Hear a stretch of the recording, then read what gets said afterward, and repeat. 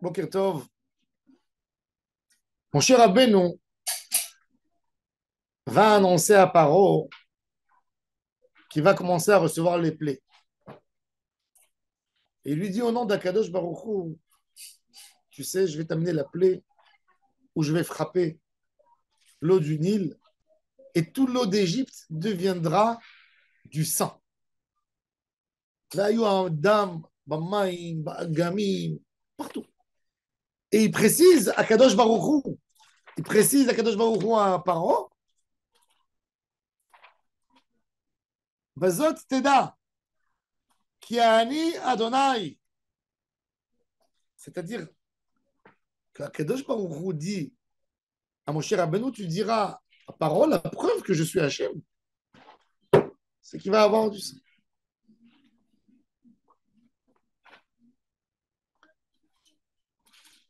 Le poisson va mourir, ou or, les Égyptiens ne pourront pas boire de l'eau du Nil. Et il fait ça. Il fait ça. Maintenant, pourquoi Paro ne fait pas de tchouva? Parce qu'il est écrit Vaya'asu chen chartumim Mitzrayim belatehem. Même les sorciers d'Égypte ont fait pareil. Ils ont acheté des bouteilles d'eau des béné Israël, parce que chez les béné Israël, l'eau ne s'est pas transformée en sang. Et ils ont dit voilà, Moshe, je crois que c'est que toi qui peux frapper et rendre du sang. Nous aussi, on peut frapper et transformer l'eau en sang.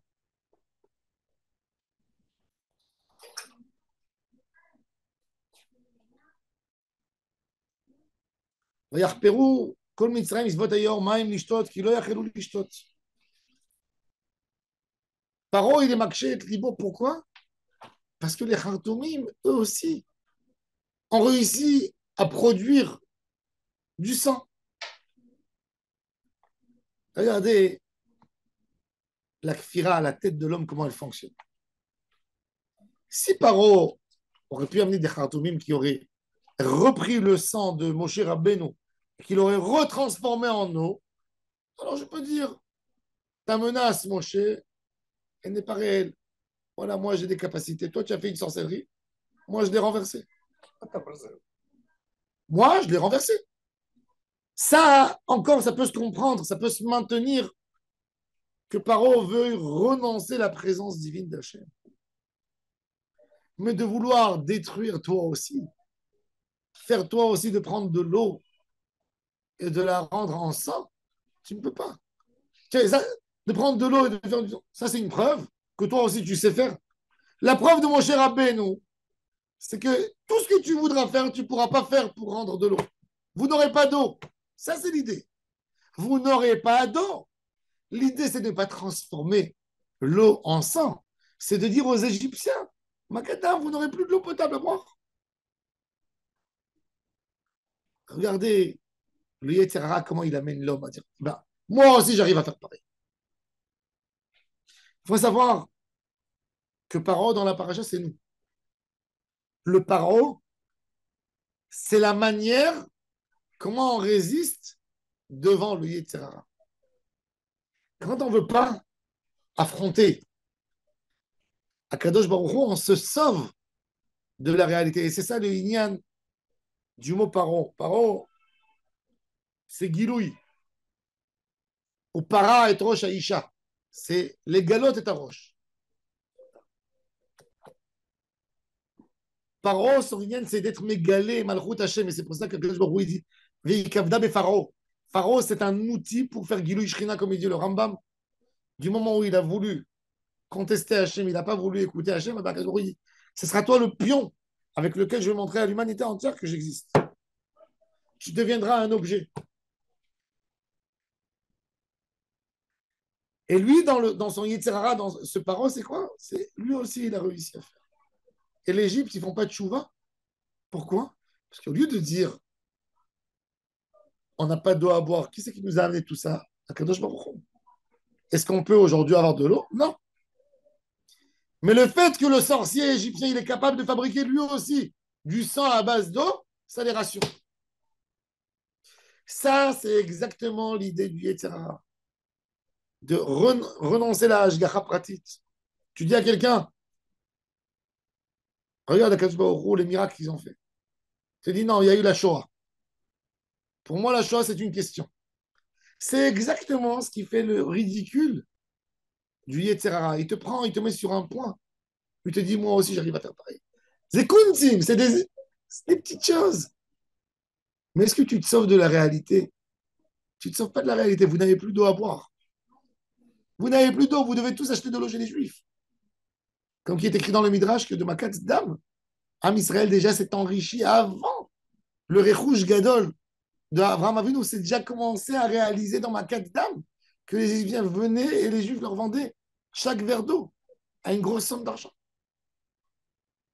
Vous allez payer tous et vous allez dire il n'y a pas Hachem. C'est-à-dire que la Neshama de l'homme, elle reconnaît Hachem. Et le Yetzer Hara de l'homme, il essaye de militer avec soi pour dire il n'y a pas Hachem. Il trouve même n'importe quel point pour dire il n'y a pas Akadosh Baruch, pour dire moi j'ai eu raison, moi je ferai ce que je veux. Et ça, c'est le ta'alir. On va accompagner aujourd'hui, on va parler des plaies.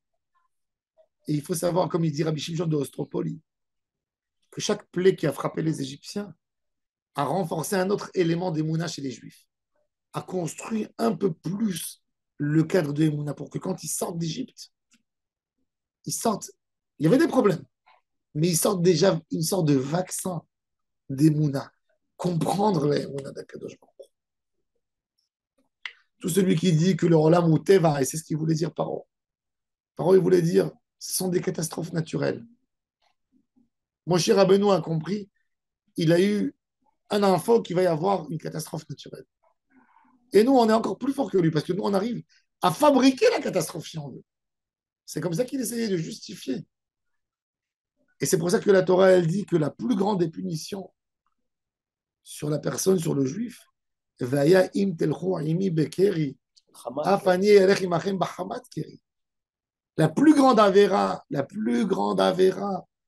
Prisaron des c'est pas de dire que Hachem n'existe pas, c'est de dire que les choses se font d'une manière naturelle. Le monde, tu fais ce que tu veux, le monde, il a son processus, c'est un processus, c'est normal. On a besoin, nous tous, de prier tous les jours, de ne pas être des paros. Parce que quand nous, on voit des événements qui se passent, on devrait faire tchouva. Mais qu'est-ce qu'on dit? On accuse. Ah, le 7 octobre, c'est l'armée, et s'est endormi. C'est celui-là, c'est celui-là. Et elle est où ta tchouva, toi? Tout ça, c'est de se sauver de cette tchouva. Il faut qu'ils fassent leur cheshbon hanefesh. Dans tous les cas, ils doivent le faire. En quoi le 7 octobre, il m'a impacté? Que moi, je dois faire tchouva. Que je dois comprendre qu'il faut se réveiller. Que je dois comprendre qu'on s'est éloigné d'Hachem Itbarach. Que je dois comprendre que si ma simchat Torah elle a été touchée, c'est que je n'avais pas assez de joie dans la Torah. Que je n'étais pas content dans ma avodat Hachem comme je devrais être. Se renforcer.